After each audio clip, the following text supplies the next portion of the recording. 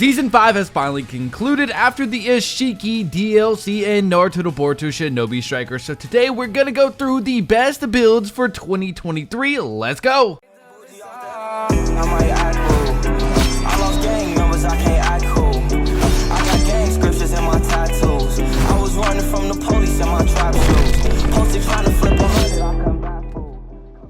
We're gonna start off with Shinobi Striker's favorite role, Attacker. They get all the perks, they get all the best DLCs, but that's neither here or there. This is the easiest one because not much has changed since the last time I did a video like this. Your very first jutsu is gonna be Uchiha Shuriken. If you played this game, you know what Uchiha Shuriken already does. Next up is Reverse Scale from the Kawaki DLC. Now this is a newer jutsu in the Season 5 DLC. Now this allows you to go absolutely crazy and go through jutsus and take away substitution. These two jutsus, Reverse Scale and Uchiha Shuriken, are the most meta builds right now for all Shinobi Strikers. So if you're looking for the best, you're gonna look at this one and be like, okay, this makes sense. You have an invincibility frame with the Reverse Scale, take away substitutions, and then you can throw a Uchiha Shuriken, seal up their jutsus, so no jutsus, no substitutions, and they're most likely stunned because you can stun them twice with both jutsus, and it allows you to go super fast. And oh, did I mention you can totally miss attacks with Reverse Scale. Now our next ultimate is going to be level 3. This is from the Minato DLC, and it is from actually the Season 1 DLC. It is just too good not to throw in here. This allows you to rip through multiple people with a fierce combo.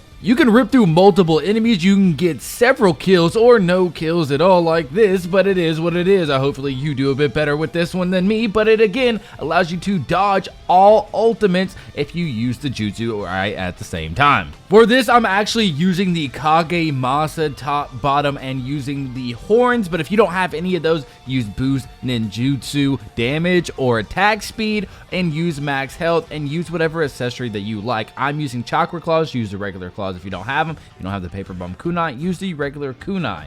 Next up, we have the range class in Naruto Boruto Shinobi Striker, which happens to be the least favorited by the Shinobi Striker community. I have no idea why. It's my personal favorite, but it is what it is. We'll be using Majestic Destroyer Flame and Flame Lightning, which both jutsus break water pillar. They will pull people, they will push people away, and both have a burn over time effect. So make sure you don't use them at back-to-back times, because one will overlap the other. Starting off with talking about Majestic Destroyer Flame from the Madara DLC, this allows you to pack a punch. It is the most combustion, most powerful jutsu in all of Shinobi Strikers, and it has a relatively short cooldown. Also breaks water pillar, sand shield, and knocks multiple people off of base, a flag, whatever you need to do in a quick burst of time. But you will be a sitting duck for most things, and Amaterasu will cancel out your Majestic Destroyer Flame.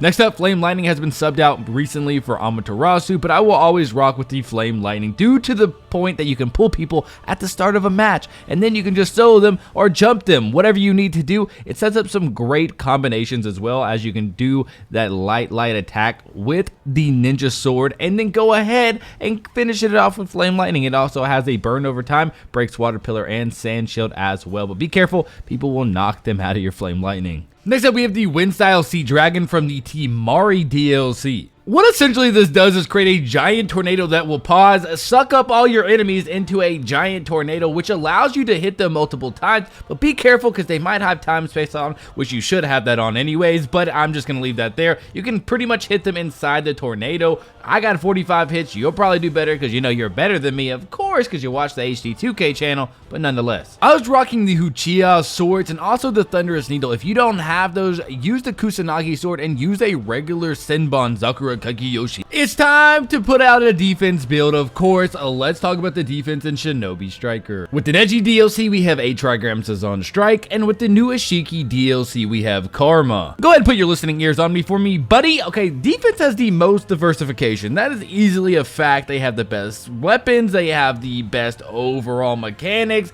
they have the biggest health, they have the biggest defense, and overall they're just really fun because of the jutsus are super cool. Karma with the new choking aspect, and you literally choke slam someone.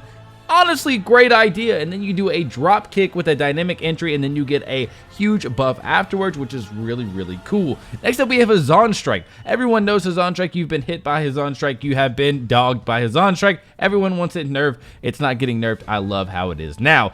Defenses need a little bit of je ne sais quoi, and that's what it gives you. It takes away your substitution, it breaks water pillar, it breaks sand shield, it breaks everything you needed to break. Oh, and also lowers that special gauge a little bit for us. Alright, Bandai, why did you decide to put the most broken ultimate of all time in the defense class? I'm not complaining, but I have questions. I've definitely made more people rage quit with this ultimate than I have ever before. This ultimate is absolutely ridiculous, and I really like that you will not be hit in the middle of this ultimate as you get teleported all the way up, and then you slam dunk a bunch of cubes. And also you can target from anywhere and it will track. You can literally randomly track things and it will target whomever you want it to.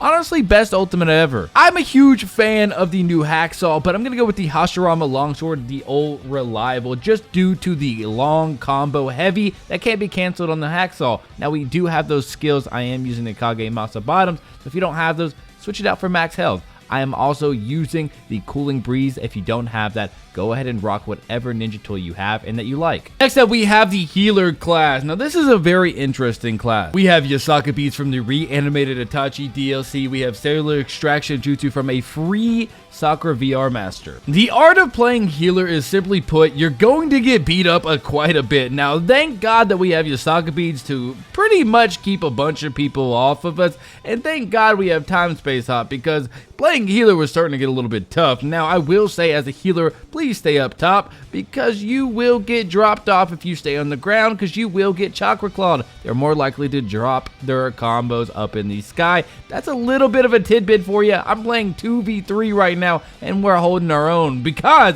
hey man, we stay to the top and we make sure we don't get hurt. Cellular Extraction will get rid of all status elements, and it is a quick burst heal. Now this is from the Sakura VR Master, as I said, so it's a free jutsu. You can grab that at any time. You don't need DLCs for it. Now Yasaka Beats, you're going to need the Reanimated Itachi DLC, and simply put, it's the Get Back Jack jutsu that will break people's guards, break water pillar, break sand shield. Pretty much it's a great jutsu. Now on activation, it will push people back, and then you throw the Yasaka Beats and it tracks. When I say tracks, it tracks. Next up, we have the Izanami, also from the Reanimated Itachi. Now, this jutsu is actually banned in the super sweaty tryhard scrims, so if the sweaty tryhards aren't allowed to use it, let me tell you, that means there's probably a reason. The reason why is because it resets everything. Position, cooldown gauges, and also this resets allies' harmful effects. Additional input, breaks, loop, and restrains enemies. That means it keeps them in place, and also you will able to pitfall them. It's a sleep, it's a stun, it's a reset of everything. It's a great ultimate to use. Use whatever sword weapon you like. Healers' weapons aren't very particular, but if you do have the Spin of Rebellion or any of the umbrellas, use them, or the Sakura Naginata. Any of them will really work. Now, you need to have the Boost Seeker technique, and you need to have max health. Healers are really, really squishy. I use a healer accessory that is very, very old, so you probably don't have it. So use anything that you can. I'm using Time Space Hop on all 4 of these builds as well. This week, we're going to try to upload every single day. I know I have been slacking, but we gotta hit that 50K, and that is the way we're doing it. So make sure you are subscribed, hit the like button, and tell me what kind of content you want to see. If you want to see that Healer Masterclass, let me know in the comments as well. All right, guys, I'll see you in the next one. Thank you again.